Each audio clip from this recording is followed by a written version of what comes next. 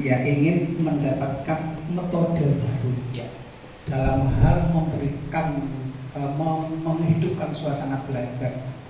Yang kedua adalah mudah-mudahan jika metode itu kami dapatkan, pembelajaran yang kita inginkan tercapai. Terima kasih. Oke, siap ya. Terima kasih Pak ya. Yes, dapat metode baru lah ya. Intinya di situ. Baik, ya Bapak Ibu, hari ini kita akan banyak belajar ya. Apakah ice breaking itu menjadi satu-satunya cara untuk menjadikan kelas kondusif? Ya, ya nanti kita ketemu jawabannya. Sedangkan yang kedua, apakah setiap pembelajaran harus ada ice breakingnya? Nah, itu pertanyaan yang kedua. Sedangkan yang ketiga, apakah ketika di jam-jam berat, jam-jam siang, itu sudah tidak ada cara untuk membuat anak kita itu fokus nantinya, ya. Nah, kita akan pelajari itu pada hari ini, ya. Oke, sebelum itu, ya, coba tangan kanannya diangkat dulu. Oke, digerak-gerakkan dulu, ya, diletakkan di pundak sebelah kanannya, ya. Iya. Ya, dipok-pok dulu, ya. Diikuti kata-kata saya, pren, sehingga ditunggu yang namanya dhewe lah, ya. Ya, pren, yang semangat ya. Semangat ya. Yang semangat. Kudu semangat. Kudu kuat. Rezekine lancar. Gajine naik. Utang-utangnya lunas. Tambah banter ini ya. Iya, baik ya. Tepuk tangan dulu untuk kita semuanya. Juga kita akan belajar yang namanya hipnosis. Sebenarnya hipnosis itu apa sih? Bapak Ibu sering dengar ya, hipnosis. Pernah dengar? Hipnotis bahkan sering hypnotizing begitu. Pernah dengar Bapak Ibu? Pernah. Ya, yang tidak pernah berarti dari tadi saya ngomong hypnotizing tidak dengar ya. Iya. Mbak ya, namanya siapa? Fitri ya, bos. Lahirnya suci ya. Berarti lahir langsung wudu balik ya. Itu wudu sih. Hipnosis pernah dengar? Kira-kira apa? Hipnosis itu apa sih? Yang sampai tahu? Tapi pernah lihat? Di TV-TV uya-uya? Ya, hipnotis ya. Beda T sama S. Ya, hipnotis ya. Apa? Pengalihan pemikiran itu ya. Oke, itu saja yang diketahui. Oke, bapaknya apa kira-kira Pak? Hipnotis itu apa? Oh, jika tidak sadar ya. Sehingga tidak sadar begitu ya. Ada lagi yang mau menambahkan hipnosis itu kira-kira apa? Ya, Mbak Fanya ya. Apa sih kalau saya bilang hipnosis kira-kira tanah mau pusing ya? Kayaknya boleh kayaknya. Seni membius. Wush ya. Tak bawahnya kayu putih ya. Seni membius. Seni membius. Mbak, kalau mau jawab saja ya. Nggak usah lihat-lihat gini ya. Boleh apa Mbak? Sebetulnya kalau di saya melihat di TV biasanya Ya. seperti yang dia kan hipnotisnya di sini itu dalam artian membuat tidak sadar. Membuat tidak sadar. Membuat tidak sadar. Tapi menurut saya kalau hipnosis yang dihubungkan dengan thinking berarti saya harus bisa membuat anak-anak itu terbius dengan pesona saya. Wah, ya. Jadi good looking ya. Jadi saya harus betul-betul tampil yang good looking, saya harus betul-betul mengalihkan pikiran mereka, menghipnosis mereka untuk terjadian kepada saya dan melupakan hal-hal yang lain. Oh, ya hanya ingat jenengan yang lain terus pokoknya is my dream jenengan gitulah ya. Siapa namanya Bu? Bu Intisari. Bu Intisari. Wah, Intisari. Semoga dapat inti maknanya bumi nanti ya. Oke, baik. Nah, ini perlu diedukasi juga ya. Yang pertama, hipnotis itu bukan membuat orang tidak sadar. Kalau membuat orang tidak sadar, maka uya-uya tidak bisa menanyai. Ya kan? Ketika dihipnotis, apakah masih ada tanya jawabnya? Berarti kira-kira sadar apa tidak? Yes. Oke. Dapat pemahaman baru? Yes. Kalau tidak sadar, wong turu tapi gak bakal jawab. Ya. Karena tidak sadar, itu tidur pingsan ditanya tidak akan bisa jawab. Tapi kalau dihipnotis, uya-uya tidur ya. Yes, masih bisa kita tanya. Justru ketika orang dihipnotis itu kesadarannya meningkat 100%. Makanya bisa ditanya. Ya, itu. Nah, kenapa kok bilangnya tidur? Nah, karena sejak awal munculnya hipnosis, sejarahnya adalah hipnosis itu menyerupai tidur, menyerupai saja, hanya menyerupai, bukan tidur tenanan. Nek tidur tenanan tidak bisa kita tanyai, ya tidak bisa. Nah itu tentang hipnosis ya. Oke, ini singkatnya ya. Jadi hipnosis itu suatu kondisi di mana perhatian ya menjadi sangat terpusat. Itu tadi yang dikatakan Bu Inti. Jadi anak-anak peserta didik itu akan fokus kepada kita dan melupakan yang lain. Di situ, anak-anak fokus kepada kita. Tujuannya di situ. Sangat terpusat sehingga tingkat sugestibilitas sugestibilitas itu meningkat. Jadi hipnosis ini adalah seni komunikasi, mempengaruhi ya dan mengubah ya tingkat kesadarannya, seni eksplorasi alam bawah sadar melalui sugesti-sugesti. Ya, sugesti itu apa? Ya, sugesti itu ya ucapan-ucapan ini. Kalau ditarik ke agama Islam, sugesti itu ya doa. Ya, doa. Sugesti adalah doa. Sugesti. Itu. Ini fundamentalnya. Yang kedua teaching ya, Bapak Ibu sudah tahu semuanya. 8 keterampilan dasar mengajar sudah tahu ya. Nah, keterampilan bertanya, memberikan penguatan, variasi dan lain sebagainya. Dan kita nanti lebih membahas ke poin ke-8 ya. Keterampilan mengelola dan membangun suasana belajar di kelas. Nah, ini yang paling penting. Bapak Ibu, apakah pernah ketika buka masuk ke kelas pagi atau siang ya? Saya contoh pagi dulu. Anak-anak kelihatannya kok lesu-lesu gitu ya. Belum pada makan. Ada yang pernah demikian? Atau di jam-jam siang masuk? Anak-anak ngantuk? Pernah demikian? Justru itu akan mensugesti peserta didik. Maka apapun kondisinya ucapkanlah hal yang positif. Ya, baik. Anak-anak hari ini saya lihat luar biasa bahagia. Yuk coba senyumnya yang lebar. Ya, senyumnya yang lebar Pak ya. Yang tulus, jangan modus. Boleh senyum kanan kirinya ya. Meskipun adik-adik ya, anak-anak hari ini cuacanya mendung, gerimis-gerimis, tapi saya yakin semangat yang adik-adik belajar ini tak terbendung ya. Sepakat adik-adik, yuk tepuk tangan untuk kita semua. Nah demikian, itu mulai dari statement ya. Jadi ketika kita membuka atau mengawali, pastikan hal-hal yang positif. Wah adik-adik, saya lihat ini kurang semangat ya. Ayo lebih semangat lagi. Begitu boleh, daripada kok lemes ya, kok ngantuk ya. Nah justru akan membawa. Contoh yang berikutnya adalah di matematika, contoh ya. Adik-adik, matematika ya, anak-anak, matematika ini pelajaran yang sulit ya. Jadi Bu Guru maklumi jika anak-anak tidak bisa, karena kakak kelasku juga banyak ya yang tidak bisa. Loh, belum belajar matematika sudah kita kasih tahu, akhirnya apa yang terjadi? Tersugesti ya kan? Iya. Sama ketika orang mau sunat ya, belum tahu sunat dibetin-betin. Oh, sunat tuh rasanya ya, yes, akan menjadi pemahaman yang baru. Lah wong orang belum belajar matematika kok sudah dibetin-betin ya. Jadi lebih baik adalah anak-anak ya, pelajaran matematika jika menurut orang lain itu tidak mudah, tidak mudah ya. Tapi saya yakin ya, adik-adik akan bisa karena bisa dipelajari. Dan jika tidak bisa, boleh tanya ke guru. Itu statementnya. Hindari ketika membuka ataupun berbicara dengan anak, hindari kata negatif. Ya, negatif itu begini. Contoh, ini nabi contoh ya, Bapak Ibu, jangan bayangkan kelinci. Ingat, tidak boleh membayangkan kelinci. Apalagi kelincinya pakai kacamata, bau gede-gede. Jangan bayangkan. Ya, sekali lagi jangan bayangkan. Apa yang terjadi? Nah, sering kali kita rek jadi arek ojo males-males ta. Ojo senengane jajan. Bener apa keliru?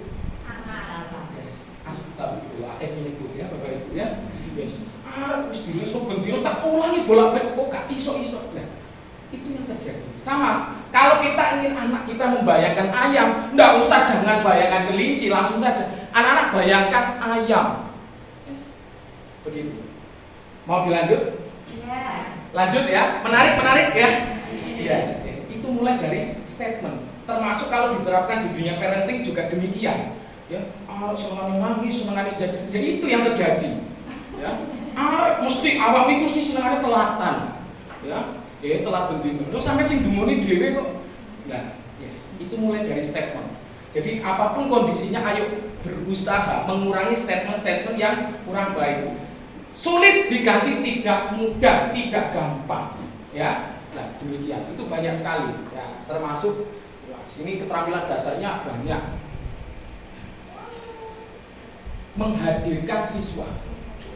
Saya tanya Bapak Ibu, biasanya siswa kita berangkat kondisinya sama apa beda? Beda ya. Adakah anak-anak yang berangkat sarapan sampai jangkep? Rasanya gimana berarti anak ibu? Coba, apakah kita tahu anak ketika berangkat tidak sarapan bahkan diseneni orang tua yang berkokawan? Tidak tahu. Berarti ketika kita mau memulai pembelajaran, anak itu kondisinya sudah sama apa beda? Beda. Nah, inilah kita harus menghadirkan jiwa raganya siswa. Yes. Nah, inilah yang akan kita pelajari. Bagaimana sih kondisi-kondisi siswa itu, ya, menghadirkan siswa. Jadi hadir di sini tidak hanya secara fisik, ya, tapi juga jiwa dan raga, pikiran dan hatinya. Saya akan memberikan contoh, ya, bagaimana menghadirkan siswa. Boleh Bapak Ibu dengan yel-yel kayak tadi. Bagaimana kehadiran jiwa raga, yes. Biar fokusnya dulu, ya. Tuh. Caranya, ya, Bapak Ibu, setiap manusia, setiap peserta didik punya remote-nya sendiri, punya kendalinya sendiri, betul? Oke. Apa yang sering kali ditemui anak-anak ketika pagi? Boleh sharing. Ketika pagi hari mau memulai pelajaran, apa yang fenomena apa yang sering kita lihat dari peserta didik ketika pagi hari? Boleh sharing? Cerita yang Cerita gimana?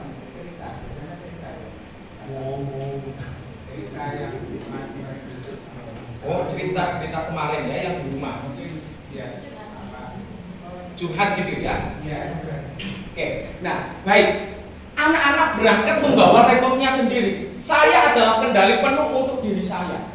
Saya siswa, remote-nya ada di saya. Maka tugas kita ketika pagi hari adalah mengambil alih remote itu biar siswa itu remote-nya di kita. Biar remote-nya siswa ya di kita. Jadi kita mau ganti channel, arek ben semangat ganti RCTI ya, ben loyo dadi Indosiar, ben nambah semangat dadi Antv. Nah, itu harus kita pegang. Jelas ya? Nah, selagi belum kita pegang remote itu, apa yang terjadi?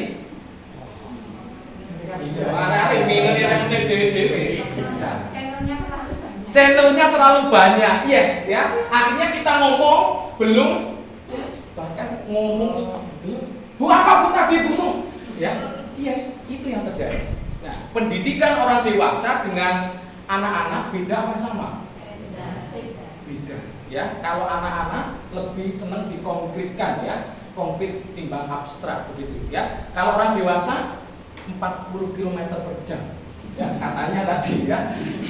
Yang pertama, panggil siswa gunakan namanya. Ini paling penting ya, berawal dari dulu. Maka pagi ketika ngabsen itu ternyata penting ya. Lah ngabsen ojo asal ngabsen ya. Kalau ngabsen ya dilihat anaknya, dikasih senyuman hangat ya. Kalau perlu kita berangkat pagi sudah menyambut mereka. Itu membuktikan saya disambut hangat. Ya, meskipun ngadeg bang, ya, yes, itu yang dilakukan. Panggil siswa gunakan namanya, ya. Ojo, kamu, sampean ini, ya, di situ lebih baik panggil namanya, biar remote kontrolnya atau channelnya itu benar-benar kena gitu loh.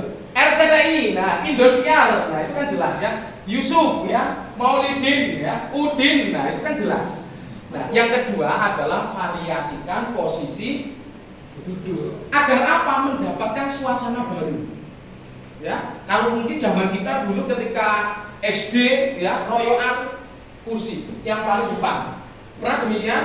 Tapi sekarang royoan nanti iya heran ya. Maka variasikan, karena kalau tidak divariasikan ya, siswa itu akan dalam zona nyaman, akhirnya suwe-suwe bosen. Itu yang terjadi. Maka setiap hari boleh divariasikan. Hari ini letter U, ya. Hari ini ada mejanya, besok udah pakai meja kursi tok.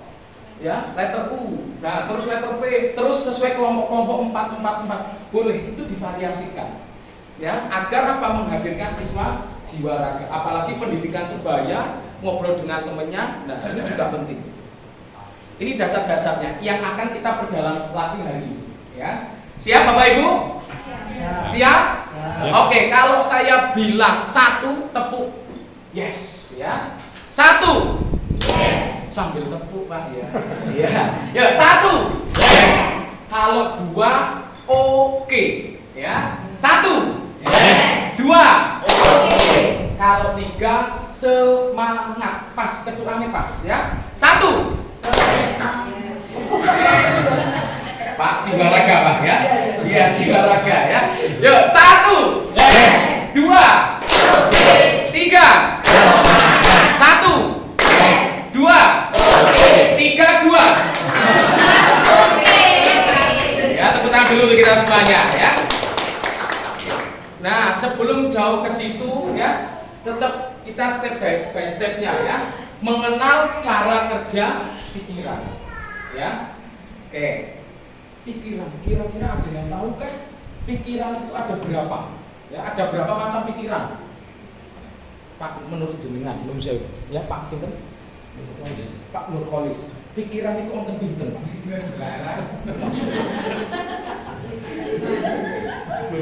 Belum tahu. Siap. Oh, jujur, ini kan jujur ya. Siapa yang belum ditanya ini ya? Sudah semua ini ya. Oke, mulai dari sini lagi. Bu, pikiran. Belum tahu juga. Nah, selama ini oh pantas, tadi balon itu tidak bisa kok bareng itu ya. Yuk, ada yang boleh nebak, bantu jawab. Oh, ada dua tadi ya. Pikiran di sini dan pikiran di sana. Sana. Iya, Kak. Gini kan? Baik dan buruk. Baik dan buruk ya. Oke. Pak, boleh bantu, Pak? Pikiran. Iya. Kalau saya melihat pikiran belum pernah. Oh, belum pernah ya? Iya, benar. Untuk judulnya Anda melihat tapi mengenal ya. Pas aku ya, cara melihat ini guyon nih kok. Nah, ada conscious mind, ada subconscious mind. Pikiran sadar, pikiran bawah sadar. Seringkali yang nampak di permukaan lebih kecil, betul? Iya. Yang di bawah lebih besar. Lah, permukaan ini air, tahu ya? Inilah security-nya siswa. Jadi setiap pikiran kita itu punya pintu, Pak. Punya pintu. Bayangkan ketika jenengan ngajar, pintunya siswa belum dibuka, tapi jenengan masukkan materi-materi, kira-kira bisa masuk ke siswa enggak? Maka caranya biar masuk apa yang dilakukan? Apanya yang dibuka? Pintu. Yes, pintu. Pintunya dibuka. Nah, selama ini, yo Bapak Ibu, apakah Bapak Ibu sudah tahu pintunya siswa itu buka piye? Gawe kunci L apa kunci 12 apa kunci Inggris? Nah, ini sudah tahu apa belum kira-kira? Belum. Nah, selama ini wah ini akhirnya istighfar juga ya. Astagfirullahaladzim ya. Ada conscious mind, ada subconscious mind. Pikiran sadar dan pikiran bawah sadar. Nah, kita ngobrol begini, yang kita gunakan apa? Pikiran apa? Sadar. Pikiran sadar. Tapi ketika jenengan memperhatikan saya, kaki Anda bergerak-gerak, ya, tangannya gini-gini. Nah, itu adalah bawah sadarnya. Ya, terus ini, ya, terus mencari posisi yang paling enak, paling yang itu pikiran bawah sadar. Dan apakah bisa dikontrol? Jawabannya bisa. Dan hari ini kita akan belajar, ya. Nah, ya, ada pikiran sadar. Nah, ini bedanya. Pikiran sadar, ya, kalau dilihat lagi, conscious mind ini hanya 12%. Sisanya berapa? 88% ada di pikiran bawah sadar. Cuma yang sering kali nampak di kita tentang siswa adalah yang permukaan, betul? Ya, akhirnya melihat kok angin ya. Kaiso itu jam berapa ya? Nah, padahal ya, pikiran yang belum digunakan adalah 88%. Nah, isinya apa saja ini? Pikiran sadar isinya mengidentifikasi informasi yang masuk. Contoh ketika saya menyampaikan ini, Bapak Ibu ini menganalisa. Oh iya, oh iya, oh ini, oh gak. Itu kurang yes. Itu menganalisa, itu pikiran sadar yang menganalisa. Yang membandingkan, Anda hari ini membandingkan, oh es breaking yang saya gunakan selama ini tak banding begini, kok gampang ini ya. Itu pikiran sadar, menganalisa, memutuskan. Yes, saya memutuskan. Wah, ben-ben, wah, aku tak tiru es breaking ini, tak jajan di kelas. Nah, itu pikiran sadar. Nah, inilah yang berisi di pikiran bawah sadar. Karakter atau kebiasaan baik, buruk, refleks, ya, emosi, memori jangka panjang, kepribadian, intuisi, kreativitas, persepsi, belief, keyakinan, nilai, ya, pribadinya anak-anak berada di mana? Pikiran bawah. Kalau kita ingin anak kita kebiasaannya baik, ya, terus kepribadiannya bagus, kreativitasnya tinggi, berarti pembelajaran kita harusnya lebih banyak menggunakan sadar atau yang bawah sadar? Sadar. Bukan tidak sadar, ya. Bawah sadar. Yes. Maka hari ini kita akan belajar bagaimana membuka pintu. Seberapa tebalkah pintu siswa kita agar kita bisa menjebolnya sehingga kita bisa masuk informasi yang kita sampaikan tembus dan menghujam ke pikiran bawah sadar. Yes. Nah, mau belajar itu, Bapak Ibu? Yes. Ada 5 caranya. Ya. Cara yang pertama adalah pengulangan atau repetisi, ya. Diulang-ulang. Ya. Pengulangan apa yang biasanya panjenengan lakukan setiap hari? Berdoa? Berdoa. Selain berdoa? Ya. Absen, yes. Itu akan menjadi kebiasaan, ya. Segala sesuatu yang dilakukan secara konsisten atau berulang akhirnya masuk loh ke pikiran bawah sadar, masuk. Nah, coba sekarang kita kaitkan dengan statement-statement kita kepada anak didik kita maupun anak kita yang di rumah, ya. Arek gak pinter-pinter, ya. Arek malas saya senengane jajak mesti kayak reality, ya. Yes. Dan tahu telo, ya. Coba dihitung berapa kali itu diucapkan, akhirnya diulang-ulang. Bisa jadi keyakinan untuk siswa.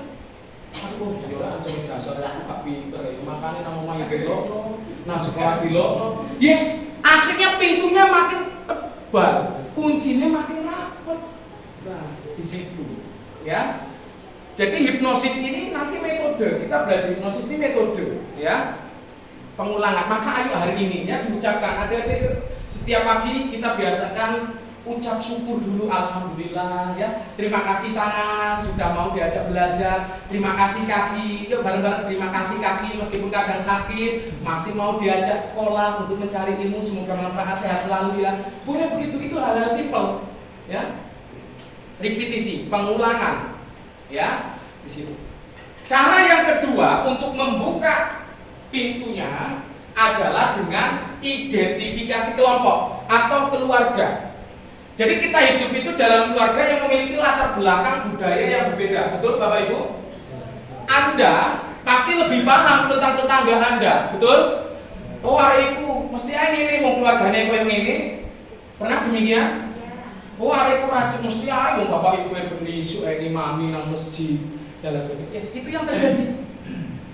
Kita akan mengikuti kebiasaan. Disinilah nilai terhingganya dari seorang guru. Ya, makanya saya jarang membahas profesi yang berbau bisnis, ya, karena guru itu sudah tidak ternilai. Kalau dihitung itu tidak cukup, ya, betul Bapak Ibu, ya, tidak cukup, ya, karena sudah tidak ternilai harganya guru itu sangat mulia, ya. Oke, kita hidup. Nah, maka ayo lingkungan sekolah seperti apa yang kita ciptakan itu akan mempengaruhi, ya.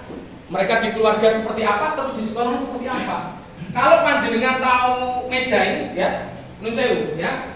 Ada meja ini, ya, meja. Kursinya ada, kakinya ada berapa? Kakinya ada 4. 1 kaki dari sekolah, 1 kaki dari Bapak Ibu guru, 1 kaki dari nilai, 1 kaki dari dirinya sendiri. Ya. Ini mental siswa, ya. 1. Jika 1 kaki dipatahkan dari keluarganya bisa dukung, senengannya nyanyi anaknya, sisa berapa kakinya? Apa yang terjadi pada meja itu? Timpang. Terus si jimane tekok gurune coplok maneh, ya. Apa yang terjadi? Rubuh. Tinggal berapa kakinya? Ditambah nilainya elek pisan, ya. kakinya tinggal satu meja itu, apa yang terjadi? Yes. Rubuh. Nah, ada orang tua, guru, terus siapa lagi sini? Nilai ditambah dirinya. Akhirnya value-nya terbentuk. Iya ya. Nang omah diseneni guruku yo ngene pisan. Nilaiku elek pisan, sajen aku gak iso. Iki anjir aku. Akhirnya jadi keyakinan betul. Ya kan? Akhirnya itu yang terjadi. Maka kita harus hadir ini. Mana yang bisa kita kontrol? Guru, nilai bisa kita kontrol? Bisa, ya. Meyakinkan anak bisa? Bisa. Nah, meskipun 3 ini. Nah, maka yang tempat ini kita butuh kerjasama dengan orang tua di situ. Contoh lagi studi kasus, ya. Ketika di rumah anak memecahkan gelas, wah, ya, gelas bekas oleh arisan bisa, ya, pecah. Biasanya orang tua lebih peduli kemananya? Gelas oleh arisan bu pecah, no. Wiki kurung tentu oleh mana? Yes. Allah bahwa sadar anak itu akhirnya memfilter. Wong tua kalau memiliki gelas di mana? Itu yang pertama. Yang kedua nilainya, ya. Dari 10 soal, ya, nilainya berarti tiap soal berapa kalau 100? 10, ya. Siswa dapat nilainya hanya 40, ya. Maka apa yang statement apa yang bisa kita sampaikan ke siswa? Nah, terus kamu hebat. Meskipun nilai kamu 40 tapi itu hasil kerja kerasmu. Bapak Ibu guru salut, ya. Dengan belajar saya yakin kamu pasti bisa, ya. Oke, begitu. Ayo diperbaiki. Yes. Bukan malah awakmu iki 40 ae nilai mesti elek, ya. Wong diulang ya padha, ya, mangane padha, ya. Itu yang terjadi. Yang ketiga adalah siapa? Figur otoritas. Pernahkah kita melihat karakter anak-anak kita, cara berpakaiannya unik-unik, betul? Ada yang bu lagi ngetrend, bu artis. Nah, akhirnya diikuti, betul? Termasuk gaya bicaranya, guys, halo guys, ya. Nah, pernah demikian? Yes. Nah, itu karena di sini figur otoritas ini atau tokoh. Apa yang disampaikan oleh seorang yang dipandang memiliki otoritas atau dihormati, dikagumi akan mudah diterima. Ya, contoh. Ya, contohnya ada anak itu lebih manut nang ibu timbang bapak. Ada yang demikian?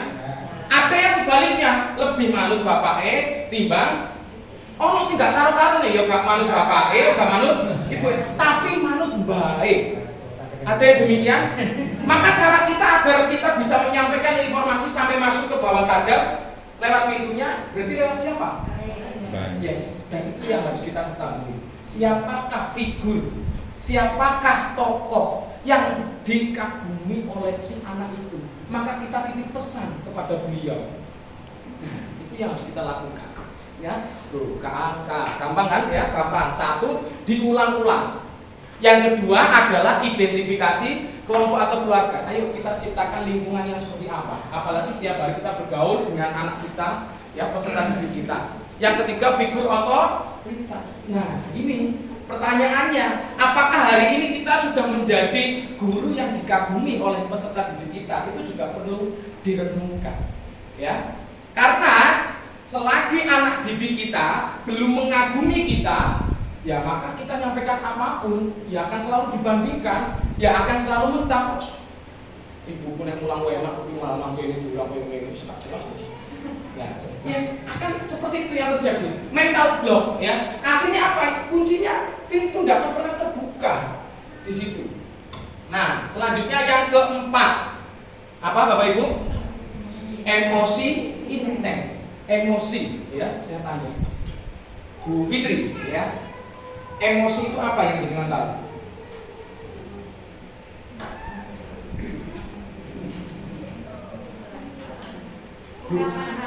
Ungkapan rasa. Contohnya. Bisa senang, marah, sedih, bahagia. Oke. Ya, Bu, apa? Emosi. Emosi itu apa? Bu, emosi itu apa? Jadi cara aku takut tumbuh-tumbuhan ngerti kan? Pak, emosi itu apa, Pak? Perasaan. Perasaan, iya, ya benar. Jadi emosi itu ada dua. Ada berapa Bapak Ibu? Dua. Yang pertama emosi negatif, yang kedua emosi positif. Ya. Dengan emosi intens, ya, setiap kejadian yang kita alami bila disertai emosi yang intens atau banget, ya, sangat emosi akan membekas di pikiran.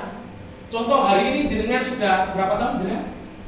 Hari ini usia 30 ya. Anda masih mengingat beberapa hal kejadian di masa lalu yang hari ini masih selalu diingat. Ada? Ada yang membekas ya? Entah itu baik atau buruk, betul? Itu karena adanya muatan emosi yang intens. Ya. Coba sekarang saya tanya, Bu, hafal apa yang diucapkan, apa yang dilihat sejak bangun tidur sampai sekarang? Hafal? Yang diucapkan katanya terus lihat apa saja? Hafal semua? Ke dapur terus lihat apa saja, ngapain? Terus dengerin apa?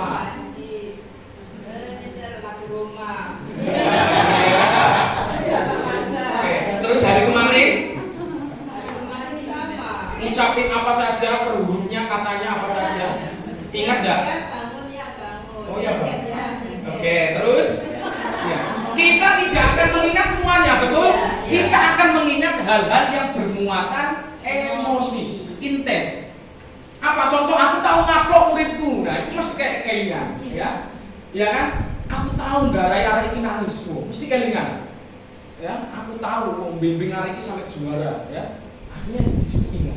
Aku tahu digaya nangis nang wong iku, nang guru iko, ya. Aku tahu dijajar biyen, aku tahu digepuk, ya. Ya pernah ya. Karena ada muatan emosi. Nah, maka ini kembali ketika panjenengan semuanya nanti ngajar. Kalau di fikih itu saya sukanya di bab toharo. Ada tohirun mutohirun. Kalau kita ingin siswa kita senang, ya, tohirun mutohirun itu artinya apa? Maka kalau kita ingin anak didik kita semangat, anak didik kita antusias, harus mulai dari siapa? Iya, karena itu akan tersampai. Ya, tersampai. Sama ketika saya mau mengajar, ini malamnya aku kudu turu wakas, ya. Harus jaga. Itu yang harus terjadi. Bagaimana kita menginginkan siswa kita senang dengan pelajaran kita, wong kita kadang gak senang, ya. Itu akan tertular emosinya, ya. Maka penting sekali. Nah, apa yang dilakukan pagi? Boleh kita nyanyi-nyanyi dulu, ya. Ya, untuk menumbuhkan mood kita, ya. Jadi sebentar ya, sementara utang-utang harus dipikir musik pas sekolah itu, ya. Akhirnya tidak akan mengganggu, ya. Oh, jadi pikir musik, ya. Datang, ya. Tapi satu ngono muridé, boleh muridé lah yang dilokno, ya. Oke, jadi di situ yang dilakukan boleh lari-lari kecil, ya. Boleh digerak-gerakan gitu, ya. Saya biasanya dengan memaksa senyum, ya. Sambil ya Allah saya semangat. Ya Allah saya mulai merasakan semangat. Nah, di situ mulai melatih. Nah, baru yang kelima inilah yang akan kita sharingkan hari ini, ya. Apa Bapak Ibu? Hipnosis, ya. Ya, hipnosis ini Bapak Ibu tahu gitar? Tahu gitaris? Beda apa sama? Beda. Gitar itu apa, Pak? Alatnya. Kalau gitaris? Sama, hipnosis itu ilmunya. Yang melakukan ilmu hipnosis namanya hipnotis pakai T. Ilmunya namanya hipnosis. Ya, hipnotis adalah orang yang melakukan hipnosis. Nah, sampai sini paham bedanya? Nah, kembali lagi, ada yang hipnosis tujuannya untuk terapi, namanya hipnoterapi. Orang yang melakukan yang namanya hipnoterapis. Nah, hipnosis digunakan untuk mengajar, namanya hipnosis diterapkan untuk orang tua kepada anaknya, namanya hipnoparenting. Yes, kuncinya di sini. Jadi hipnosis itu apa? Metode untuk terapi menggunakan hipnosis. Hypno-teaching berarti teaching menggunakan metode hipnosis. Ya, yuk Bapak Ibu bisa berdiri, ya. Iya. Wis ono sing iya. Yuk silakan berdiri Bapak Ibu, ya. Iya. Yuk silakan berdiri. Terlalu bersemangat. Terlalu bersemangat ya. Oke, jangan-jangan wah, ada istighfar ini ya. Oke, Bapak Ibu silakan berpasang-pasangan. Oh, tenang Bu ya. Pak, jenengan pasangannya mana Pak? Gabung aja. Cari gabung. Ya, jenengan dengan belakang. Ah ini tuh kameramen ya. Yuk barengan ya. Oh gitu Pak ya. Iya. Oke, baik. Yuk silakan berpasangan dan berhadapan-hadapan. Ya. Sudah berhadapan-hadapan? Silakan disepakati mana yang jadi orang A, mana yang jadi orang B. Ini jadi contoh Bu dengan saya sendiri boleh. Ya. Sudah? Yang orang A boleh angkat tangan? Orang B? Oke, ya. Sekarang tangannya begini ke depan. Oke. Jarak ya, agak mau cukup biar yang sana kelihatan. Oh, maksudnya ke sini. Jaraknya kurang lebih 1 jengkal. Telapaknya harus berhadapan-hadapan. Sudah? Nah, sekarang yang A jadi hijau, yang B jadi hitam. Yang A jadi apa? Hijau. Yang B jadi hitam. Cara mainnya gampang. Kalau warna yang saya sebutkan berarti tugasnya adalah menepuk. Ya, warna yang disebutkan. Warna yang tidak disebutkan adalah jangan sampai kena atau menghindar. Tugasnya menghindar. Dan menghindarnya tidak boleh ditarik, tidak boleh ke atas, tidak boleh ke bawah, hanya boleh ke samping. Jelas ya? Oke. Warna yang saya